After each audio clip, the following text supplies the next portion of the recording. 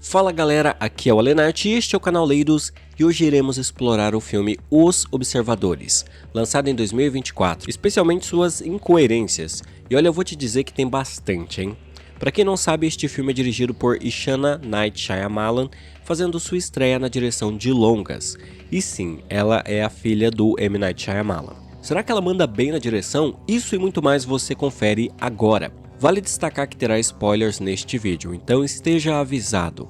Mina, interpretada por Dakota Fanning, trabalha num pet shop na Irlanda.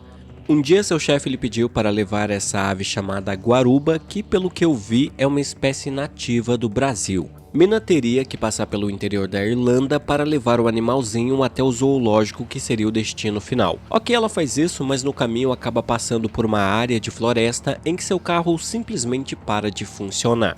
Eu lembro que antigamente nos vídeos de como derrotar do canal eu falava que se os personagens pesquisassem mais sobre o caminho que eles iriam pegar para chegar ao seu destino, isso evitaria muitos problemas. O mesmo se dá aqui, porque havia várias notícias de gente desaparecendo naquela região. Se a mina tivesse dado um Google no caminho que passaria, talvez ela tivesse visto isso e nada teria acontecido, porque ela iria por outra rota. Pelo menos ela não pegou um atalho que é o caminho certo para você se fuder. Mas ok, pesquisar o caminho que irá fazer numa viagem não é tão comum, poucas pessoas fazem isso, então não vou encrencar demais com essa parada. Com o carro e seu celular parando de funcionar do nada, Mina pega o pássaro e decide procurar por ajuda a pé. Não encontrando ajuda e sentindo uma sensação estranha, ela decide voltar para o carro.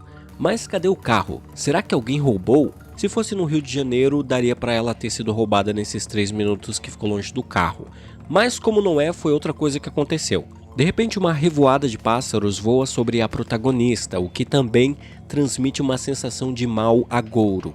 Mina fica ali por um tempo e decide nomear seu pássaro de Darwin, o que eu achei engraçado considerando a situação. A piada é autoexplicativa e eu vou confiar na sua sagacidade, meu caro espectador. Quando anoitece, de repente uma mulher aparece no meio da floresta e oferece abrigo a Mina, dizendo que se ela ficar lá fora correrá um enorme perigo. A protagonista entra no abrigo, que depois descobrimos que os personagens chamam de gaiola. Ali estavam alguns sobreviventes. Tem a moça que fez Noites Brutais, a Georgina Campbell, que aqui interpreta a Kira. A mulher mais velha chama-se Madeleine e talvez você tenha visto essa atriz naquele filme recente do Massacre da Serra Elétrica da Netflix, que ficou um cocô. Por fim tem o Daniel, que é um adolescente meio emburrado. Cara, nesse começo do filme eu fiquei bem investido na trama. É construído um mistério bem interessante em que os personagens estão presos nesse lugar esquisito, onde são observados por criaturas misteriosas cujas intenções você não consegue compreender. Além disso, tem aquela coisa de regras que você precisa seguir e se quebrá-las, algo ruim acontecerá. Ao mesmo tempo você se pergunta quem construiu aquele lugar? O que são essas coisas? Por que essas pessoas foram colocadas aqui? Será que elas podem sair? Este mistério inicial, como eu falei, é bastante instigante. É uma pena que esse clima vai perdendo força com o desenvolvimento da trama. Bom, vamos contextualizar a situação. A protagonista aprende algumas coisas conforme os outros lhe explicam o pouco que sabem. Primeiro, na gaiola havia um enorme espelho. As coisas de lá de fora conseguiam observá-los através do espelho, mas os humanos não conseguiam ver o que havia lá fora. Segundo os outros que estavam ali há mais tempo, as criaturas queriam apenas observá-los. Eles deviam se mostrar para os seres além do espelho e não podiam, de maneira alguma, se esconder deles durante o período de observação. O período de observação durava do momento em que o sol se punha até o amanhecer do dia. Aquelas pessoas só podiam sair quando era dia, pois as criaturas se escondiam quando o sol estava exposto. Em outras palavras, enquanto havia luz solar, eles estavam completamente seguros. Quando a noite caía, as coisas saíam de suas tocas e aquelas pessoas tinham que se refugiar na gaiola para serem observados e assim por diante. Eles não sabiam qual era o propósito dos observadores. Outra coisa interessante é descobrirmos que há pontos marcados ao redor da floresta, quase que fazendo um círculo na região. Aqueles pontos sinalizados por placas ficam a meio-dia da gaiola. Isso quer dizer que se forem para além daquele lugar, não será possível voltar à gaiola antes do anoitecer. Isso não é nada legal porque sem a proteção do abrigo, qualquer um vagando na floresta durante a noite será morto pelas criaturas. Além disso, Mina descobre que existem tocas espalhadas por todo o lugar. Basicamente, este é o local onde os observadores se abrigam durante o dia. Era proibido entrar nas tocas. Só que Mina, como boa personagem merdeira de filme de terror, decide fazer justamente isso.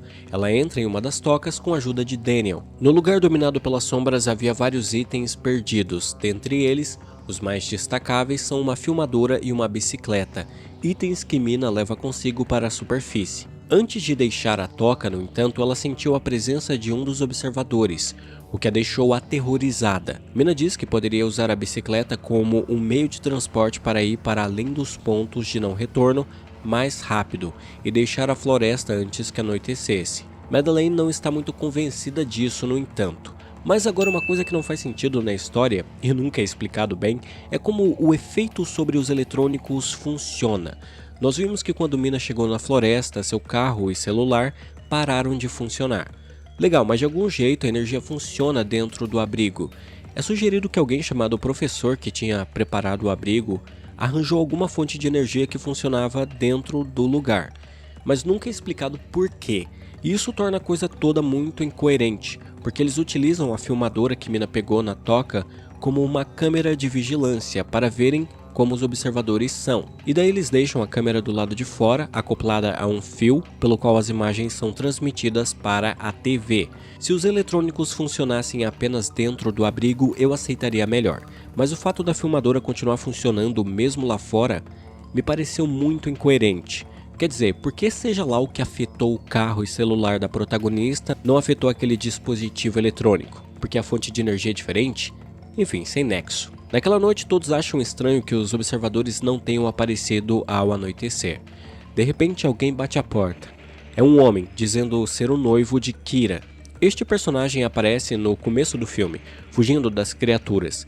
Vemos ele sendo atacado, mas não sabemos o que exatamente aconteceu com ele. Kira quer abrir a porta pensando ser seu marido, mas Madeleine diz para não fazer isso, pois é um truque das criaturas, visto que nada sobreviveria na floresta durante a noite. Nesse momento eu pensei, não é possível que a mulher vai ser burro o suficiente para cair nesse truque. Ela quase foi, mas não chegou a tanto. Mas talvez se a Madeleine não tentasse impedi-la, Kira teria aberto a porta. Eu até pensei na hora, ela devia perguntar algo à pessoa que afirmava ser John, uma coisa que só ele pudesse saber. E ela faz isso que me deixou muito feliz porque eu pensei, ok, estamos pensando parecido, vamos continuar assim. Ela pergunta ao homem do outro lado da porta algo que só seu noivo pudesse saber e a resposta que Kira recebe não era o que ela esperava. Fica claro que de fato aquilo era um truque e um dos observadores estava fingindo ser John. Mas aí que vem a burrice e o erro, pois mesmo assim, ela diz para a criatura que havia uma câmera escondida próxima da porta que John deveria pegar para mostrar seu rosto e provar que era ele mesmo. Na boa, isso é só idiotice. Ela fez duas perguntas que o suposto marido dela deveria saber como responder. Estava claro que não era ele, mas mesmo assim ela revelou a localização da câmera e aí o que aconteceu? As criaturas atacam a filmadora e o grupo de abobados fica sem as imagens do lado externo do abrigo. Como os sobreviventes tinham quebrado muitas regras, os observadores começaram a atacar a gaiola. Nisso vemos o espelho rachar, o que deixa todos apavorados com a possibilidade daquelas coisas entrarem ali e matá-los. Isso não acontece naquela noite e então nasce outro dia. Outra parada que não tem lógica nenhuma nessa história é como eles conseguem comida. Porque não tem horta, não tem maquininha de salgadinhos que você bota a moeda e sai uma torcida de pimenta mexicana, nada disso. Eles basicamente fazem umas armadilhas para prender pássaros para comer a carne dos ratos voadores. Se estavam fazendo isso, por que não comeram o Darwin, o pássaro da mina? Nessa situação, brother, esse bicho iria virar churrasco rapidão.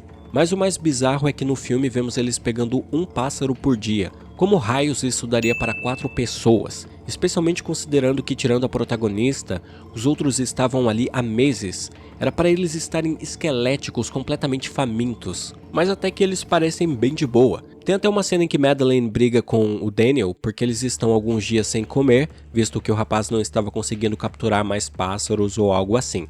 Aí o moleque puto pelas reclamações da véia resolve deixá-la do lado de fora do abrigo. Na confusão, Mina também fica do lado de fora. Com isso, tanto a mulher idosa quanto a protagonista ficam temerosas por suas vidas, visto que a noite chegaria e Daniel tinha trancado a gaiola. Essa situação se desenvolve de uma maneira muito mal elaborada. A coisa acontece de maneira tão rápida e do nada que você nem entende por que Daniel fez aquilo. Ok, ele brigou com a velha antes, mas é pra tanto. Só por isso você vai deixá-la morrer do lado de fora e consequentemente matar a mina no processo? já que ela acabou ficando presa lá fora por acidente também. Outra coisa que acontece aqui é os personagens terem que explicar o que estamos vendo acontecer na tela, porque esse filme tem muitos diálogos expositivos.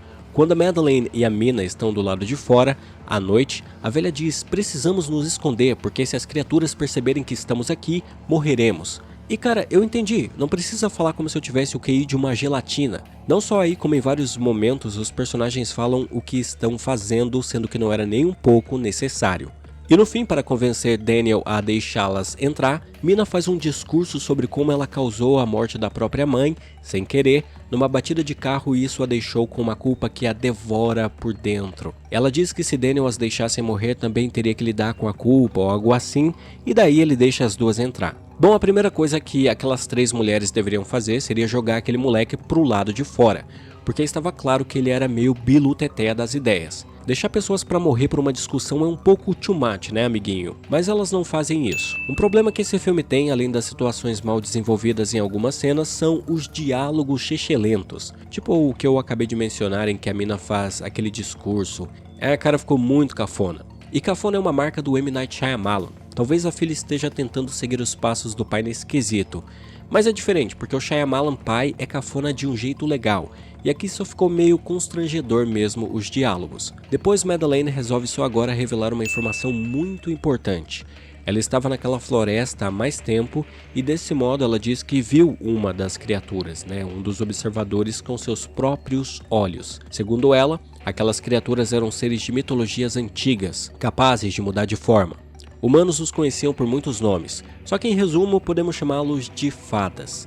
Madeleine explica que as fadas queriam observá-los, estudá-los para se transformarem neles, mas esse filme falha em explicar por quê. Uma das fadas até que eu consigo ver a razão pela qual teria interesse em se transformar em um humano, ou imitar um humano, mas os outros eu não consigo entender a motivação. Tipo, por quê? Só pelo meme mesmo? A partir deste momento o filme se transforma em uma fábula de terror. O Guilherme Del Toro é mais conhecido por explorar esse gênero, com filmes como O Labirinto do Fauno, Mama, também tem um pouco disso. Eu particularmente não sou um amante desse subgênero, de modo que essa virada acabou me dando um banho de água fria, por assim dizer. O mistério inicial estava mais interessante, mas enfim. Os observadores decidem atacar mais uma vez a gaiola. Antes que o espelho quebre por completo, os sobreviventes descobrem uma entrada escondida no chão. Eles passam por ali e entram nessa espécie de bunker. Ali estavam bem mais seguros do que antes e além disso havia muita comida enlatada. Como os caras passam meses ali e só agora percebem isso? Na boa, é muita incompetência. Deviam ter vasculhado cada centímetro da gaiola no momento que chegaram. Quer dizer, parece o mínimo, né? Naquele lugar eles encontram um computador, sem senha, afinal, naquele PC só tinha uma pesquisa que o professor considerava super valiosa, mas pra que utilizar a senha? Havia vários vídeos do professor em que ele descrevia como tinha descoberto sobre as fadas e montou aquele laboratório ali para saber mais sobre elas. Ele resolveu montar a sua fortaleza, como ele mesmo descreve, no centro do habitat das fadas. Logo o professor viu que as criaturas se aproximavam da gaiola para observá-lo e com o tempo eles tentavam se transformar nele. A princípio as proporções pareciam erradas, grotescas, mas eventualmente as fadas conseguiram copiar a forma do homem perfeitamente. Agora, a coisa que não faz o menor sentido é quando este homem se propõe a explicar como ele construiu aquele lugar ali, no meio do nada, considerando que havia fadas assassinas que surgiam ao anoitecer. Antes de ter o gerador que de alguma forma proporciona energia elétrica para o lugar como um todo, o professor usou de trabalho manual. E daí ele contratou pessoas que não tinham famílias para trazer para aquele lugar, sendo que quando chegava a noite, ele, o professor, se escondia no bunker, assim os trabalhadores acabavam sendo assassinados. Porque é isso aí, né? Eu acho que ele só queria economizar a grana da diária. É uma puta vantagem, né? Mas ele tinha que achar mais gente, todos os dias. Só que daí você pensa, bom, ele achou toda essa gente para construir a gaiola, é o que ele fala. Mas o bunker já estava feito, porque era onde ele se escondia, né? Enquanto os trabalhadores eram mortos. Aí eu te pergunto, mas então quem diabos construiu o bunker em primeiro lugar?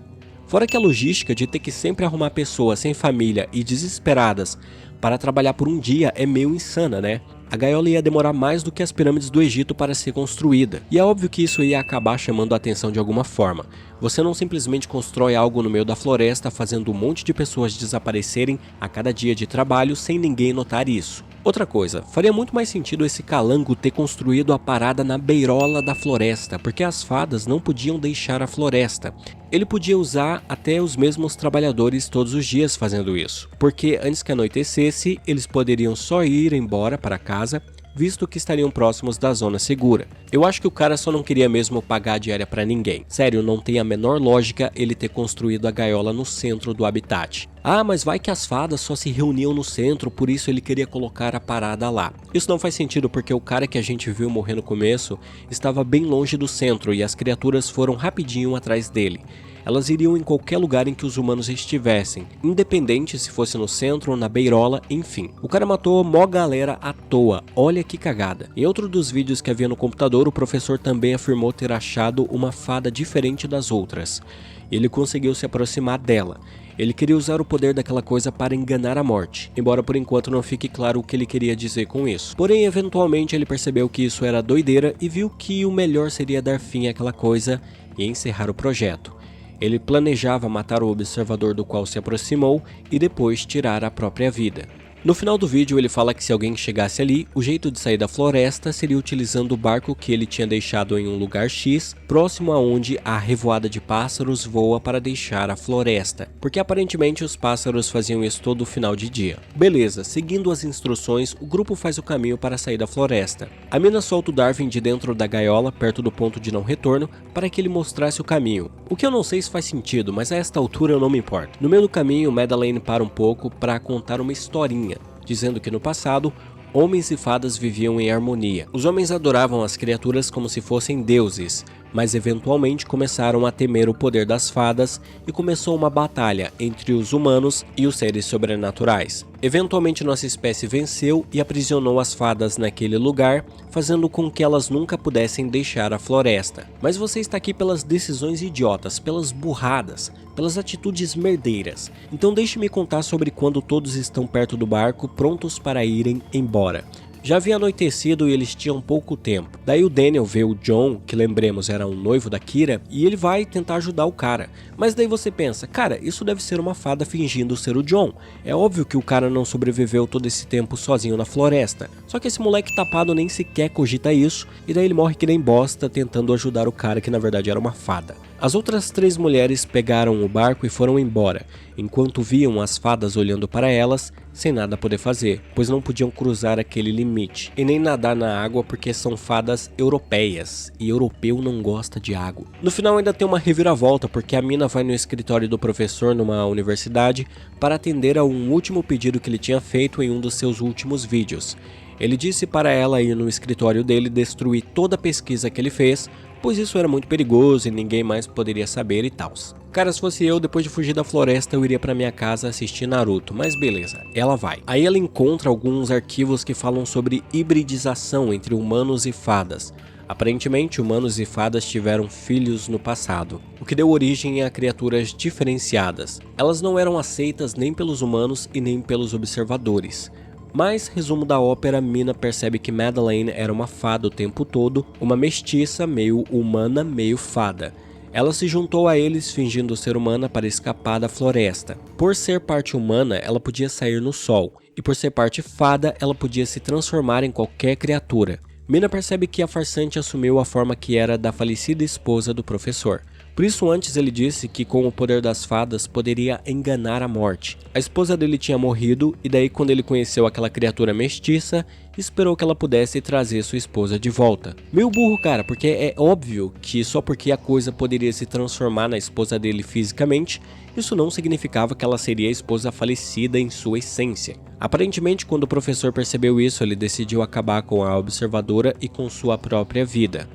Importante dizer que, como a criatura mestiça tinha parte humana, ela não estava presa à floresta como as outras fadas. Por isso ela conseguiu sair com a Mina e a Kira. No que a protagonista percebe tudo isso, ela decide ir atrás de Kira para lhe contar o que descobriu. Mas quando chega lá, acaba tendo um embate com a fada mestiça, que aparece do nada. A fada conta a história dela de que por ser diferente dos outros observadores sempre foi maltratada por estes últimos. Eventualmente ela encontrou o professor na floresta que lhe fez milhares de promessas. Só que quando o homem tentou matá-la foi a fada mestiça que deu o fim nele. Agora pense comigo, essa criatura não precisava de ninguém para sair da floresta. Ela queria fazer isso, era o objetivo dela, certo?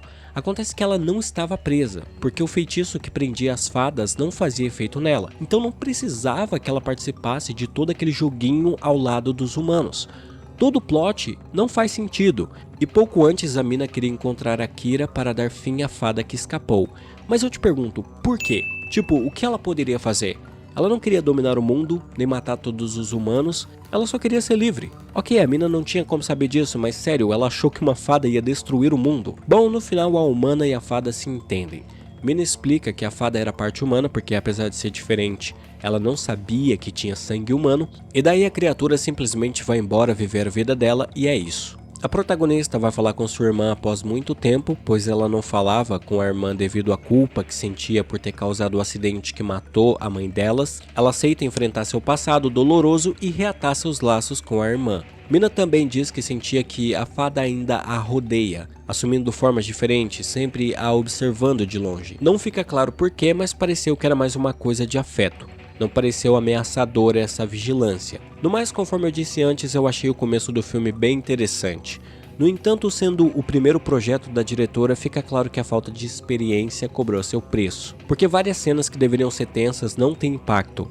Os diálogos são muito fracos e artificiais, chegando a ser cafonas mesmo. E os atores parecem até meio perdidos sobre que emoção eles devem passar. E aí acaba que todos têm um aspecto blasé, principalmente a Dakota Fanning. Outro problema pra mim foi a trilha sonora, que realmente não ajuda a construir esse clima de thriller, de suspense. Pelo contrário, você sente uma apatia em momentos em que isso não deveria acontecer. Eu acho que a ideia era boa, o desenvolvimento nem tanto, porque esse lance de fadas me deu uma desanimada, mas havia alguns conceitos interessantes. Esse lugar no meio do nada, criaturas nos observando, regras que temos que seguir, até o plot twist em que uma das pessoas na verdade era uma das criaturas querendo sair da floresta. Isso é legal, mas precisava de uma modificação para a coisa fazer mais sentido.